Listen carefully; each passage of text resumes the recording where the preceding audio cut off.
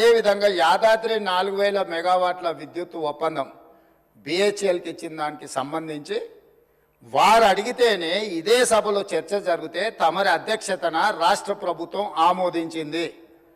ఎప్పుడైతే మేము ఆమోదించి విచారణకు జ్యుడిషియల్ ఎంక్వైరీ కోసం చీఫ్ జస్టిస్ ఆఫ్ తెలంగాణకు లెటర్ రాస్తే సిట్టింగ్ జడ్జిలను కేటాయించలేం, రిటైర్డ్ జడ్జిలతో మీరు విచారణ చేసుకోండి అని కోర్టు నుంచి మాకు సమాచారం అందిన తర్వాత జస్టిస్ ఎల్ నరసింహారెడ్డి గారిని మేము నియమించినాం అధ్యక్ష.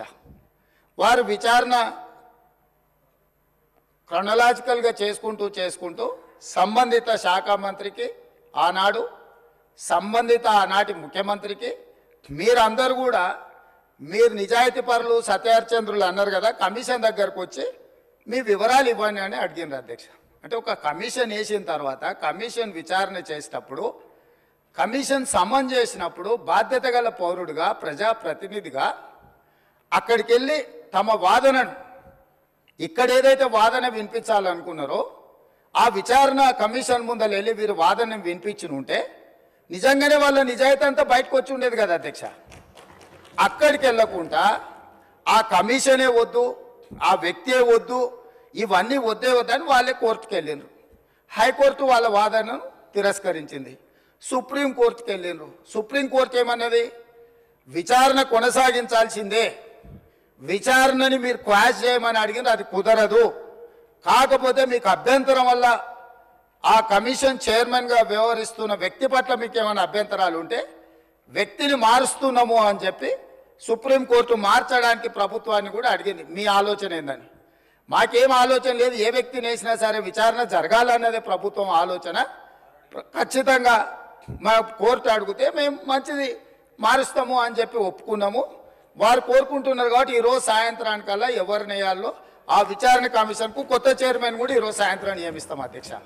ఇక రెండవ పాయింట్, వాళ్ళేదో తెలంగాణకు విద్యుత్ వెలుగులు తెచ్చినట్టు, తద్వారా తెలంగాణ అంతా దగదగ మెరిసిపోతున్నట్టు ఇంకెంతకాలం ఊదరగొడతారు అధ్యక్ష? అధ్యక్ష, ఈ తెలంగాణ రాష్ట్రం ఉమ్మడి రాష్ట్రంలో హైదరాబాద్ నగరంలో పెట్టుబడులు తీసుకురావాలని, ఈ పెట్టుబడుల ద్వారా ఈ ఆనాటి ఉమ్మడి రాష్ట్రానికి ఆదాయం పెరగాలని చంద్రబాబు నాయుడు గారు ముఖ్యమంత్రిగా ఉన్నప్పుడు 24 గంటల విద్యుత్తు ఇవ్వాలి ఈ ప్రాంతంలో అని ఒక నిర్ణయం తీసుకున్నారు. డాక్టర్ వైఎస్ రాజశేఖర రెడ్డి గారు వచ్చిన